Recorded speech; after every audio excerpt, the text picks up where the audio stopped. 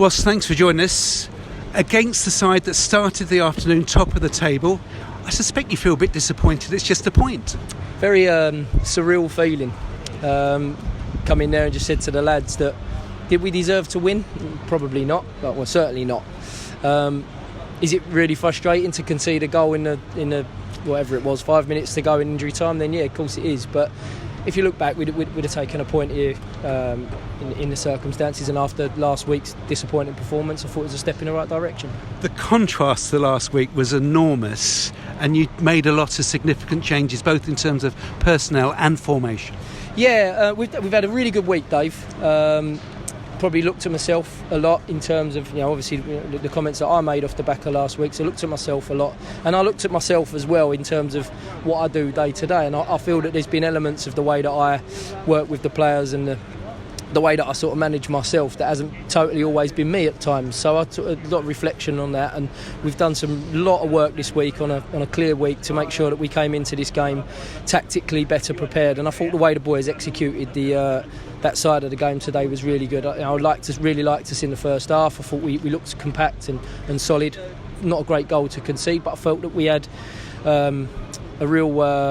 We were clever in the way that we sort of counter-attacked and looked to hurt the opposition. Dean Real made a couple of good saves. The post came to the rescue. Also, they could have had a ball, but it was handball. It was coming, wasn't it?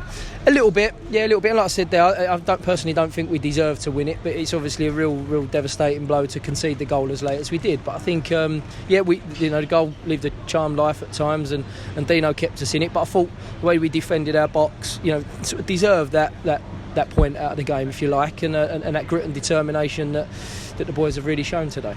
But in that context, under so much pressure and then going behind, they showed a lot of character to come back. Yeah, I mean, this team's up there, and I'm sure they will be. And they always are in this league. They're always very competitive. So we knew it was going to be tough. And when you go a goal down in the way that we did, so close to half time, you sort of think it's very, very frustrating, because I thought tactically we got it right in the first half. So I thought we got what we deserved out the first half, if I'm totally honest. And then, like I say, we knew how we could try to hurt them on the counter attack, and obviously to go 2-1 up was obviously a great feeling. But yeah. George Marsh, his first league start, he impressed, didn't he? He did. We mentioned George on a number of occasions that we knew that we're signing a good player. It was just when George was going to get his chance in the team, and he's been very patient. He performed well when he played against Southend, and it's just not been the right time for him to step in. And I think at the same time, Dale Gorman got his chance as well today, and I thought for the 70 minutes that he was on the pitch, in midfield we looked very compact and did a very good job. Game management in the closing stages, it was going to be so tough, wasn't it? Yeah, and they were putting us under a lot of pressure. Tried to make one or two changes. We thought James's pace and aggression and ability to sort of run with the ball, if you like, would help to get us up the pitch, but we just couldn't get that hold to get us right up here and take that little bit of pressure off. So, like I say, felt like it was coming, but at the same time disappointing to concede it. Especially in stoppage time, and the way in which the penalty was conceded. Yeah, scruffy. I haven't seen it back yet, but it looked as if the wingers sort of moved Joe out, and it gave them a good opportunity to get the ball up to the front man that was running on, and it looked as definitely a penalty, but it looked as if he sort of got stuck under Courcy's feet and wriggled away from him, and he's trying to sort of get back at it. And there was still another 5 minutes to go. Yeah, but it didn't feel like that. It felt about 55 minutes. But again, we showed a good reaction. I think that our big problem this year has been that at times we concede at crucial times, which we've done again today, which is obviously very, very, very disappointing. But then there seems to be like another big opportunity, or sometimes a second goal that comes, and it obviously really concerned us that we conceded that goal. But the boys stuck at it and like I say, defended the box really well and got us over the line. Over 400 travelling fans, they paid their part, didn't they? Yeah, brilliant. And it's great to hear the Justin song. Been trying to pick up the words of it over the last couple of weeks, so it was great to hear that, and the backing that we got. I wasn't sure how many numbers we would have, but to see people arriving just before we went in after the warm up was fantastic, and they certainly helped us get over the line. Important now to put in a big performance at home on Tuesday. Yeah, that's obviously a big concern of mine, is that we haven't. I think we've performed well in the Crawley and the Stevenage games at home, and never got the results that both those two performances warranted. Obviously last week was very disappointing, so we're very conscious that we need to improve our home form.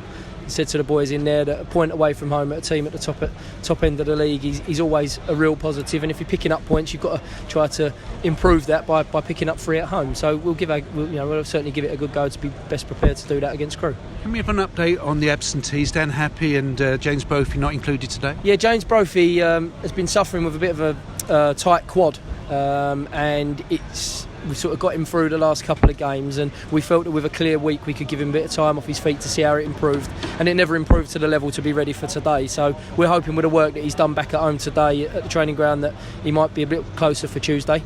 Dan's had a sort of a family issue, if you like, that's meant that he didn't travel with us today.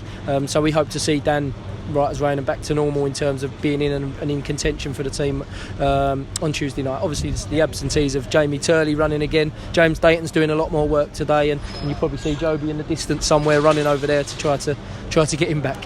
It was a bruising game. Any injuries from today? Nothing looks like it. A few cramps and a few little bits and pieces. I think Sam got a whack on the nose again, but other than damaging his boyish good looks, I don't think there's too much damage done. Well done. Thanks very much.